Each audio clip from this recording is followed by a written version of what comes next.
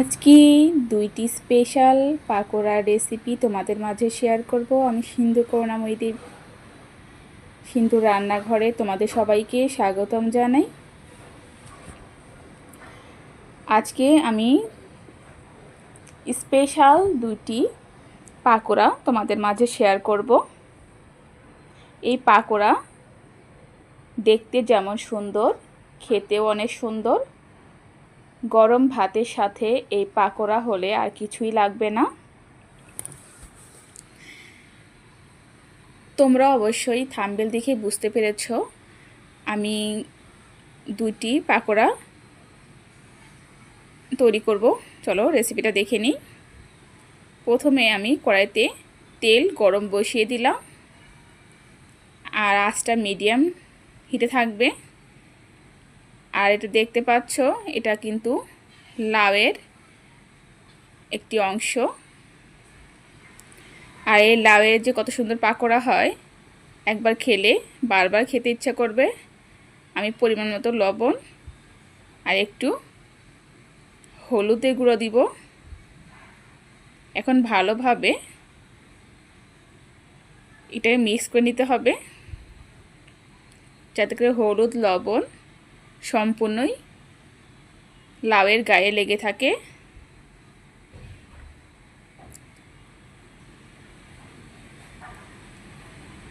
কিছুক্ষণ এরকমভাবে রেখে দিব।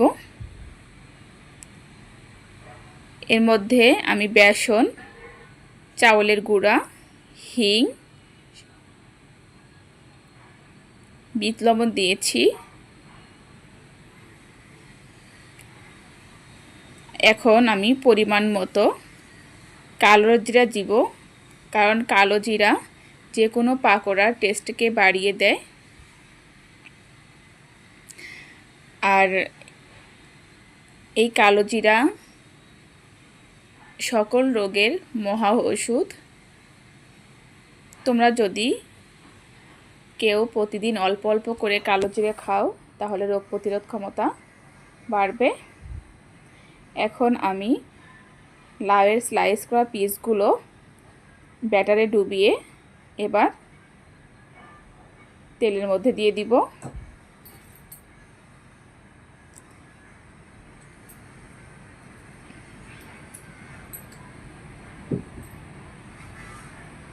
এখন উলট পালট করে দিব। এখন গরম কিছুটা তেল এই ব্যাটারের মধ্যে দিয়ে দিব। এখানে তেল দেওয়ার অর্থ হচ্ছে প্রতিটা পাকোড়াই অনেকটাই ক্রিস্পি হবে, আর এতটাই ক্রিস্পি হবে যা বলার মতো নয়। গরম গরম ভাতের সাথে এই পাকোড়া যে দুটো রেসিপি দেখানো হবে, আর কিছুই লাগবে না, এতটাই মজা। একবার বানিয়ে দেখো। এই পাকোড়াগুলো তোমরা বিকালে স্ন্যাক্স হিসাবেও খেতে পারো। এই পাকোড়া বানাতে যেমন খুব বেশি ঝামেলা হয় না, খেতেও অনেক মজা লাগে। আমরা বিভিন্ন সময় বিভিন্ন রকমের পাকোড়া খেয়েছি, আর বিভিন্ন পাকোড়ার টেস্টটাও বুঝেছি যে কোন পাকোড়ার টেস্টটা কেমন। কিন্তু যারা লাউয়ের পাকোড়া খাওনি, তারা এইভাবে বাসায় চেষ্টা করে দেখো, অবশ্যই অনেক ভালো লাগবে বন্ধুরা। এতটাই ভালো লাগবে, প্রতিদিন মনে হবে যে আমরা এটা বানিয়ে খাই। মুখে লেগে থাকার মতোই এই পাকোড়া। আমি তো পাকোড়া প্রচণ্ড পছন্দ করি।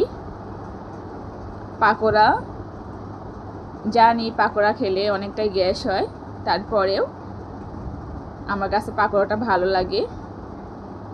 এই জন্য আমি মাঝে সাঝেই আগে অনেক বেশি খেতাম, এখন খাওয়া হয়। এটাতে দেখতে পাচ্ছ, এটা হচ্ছে গন্ধ পাতা। এই পাতাগুলো আমি শুকিয়ে নিয়েছি। সব সময় তো এই গন্ধ পাতাটা পাওয়া যায় না। এখন এই গন্ধ পাতাটা আমি এই ব্যাটারের সাথে মিশিয়ে নিব। ভালোভাবে মেশাতে হবে। এই পাতাগুলো কিন্তু তোমরা বেটে তারপরেও বড়া বানাতে পারো। আর এই পাতার বড়াগুলো কিন্তু অনেকটাই কালো হয়ে যায়। তোমরা হয়তো ভাববে যে কালো হয়ে গেছে, কিন্তু তা না। এই পাতার বড়াগুলোই কিন্তু মেইনলি কালো হয়। আর এই গন্ধ বাদালের পাতা এমনি বাটাও অনেকটাই মজা লাগে। তোমরা যেভাবে ইচ্ছে সেভাবেই খেতে পারো।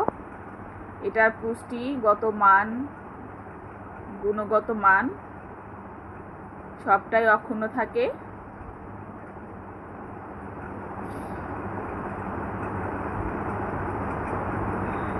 আমি কোনো এক ভিডিওতে তোমাদের পাতা বেটে কেমন করে বড়া বানায় দেখাবো। আর এই আস্ত পাতা দিয়ে পাকুড়াগুলো দেখানোর চেষ্টা করছি। কেউ ভিডিওটা স্কিপ করো না। ভিডিওটা স্কিপ করলে কিন্তু অনেক কিছুই বুঝতে পারবে না। আর এই পাকোড়ার মধ্যে বিট লবণ দেওয়ার অর্থ তো তোমরা জানো যে বিট লবণ কিন্তু সব কিছুরই স্বাদ অনেক গুণে বাড়িয়ে দেয়।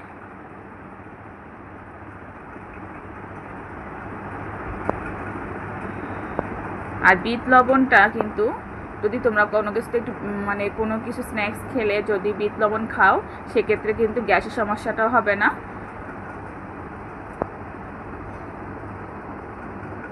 তোমরা কিন্তু এটা একটা তোমাদের জন্য একটা প্লাস পয়েন্ট যে হালকা একটু বিট লবণ খেলে কিন্তু গ্যাসের প্রবলেমটা আসলেই থাকে না। আমি কিন্তু মাঝে সাঝে যখন আমার কাছে পাকোড়া তো খুবই ভালো লাগে, আমি বাসায় বেশিরভাগ সময় আগে বানাতাম। এখন দেখা যাচ্ছে যে আগের মতো বানানো হয় না, কিন্তু মাঝে মাঝে খাওয়া হয়।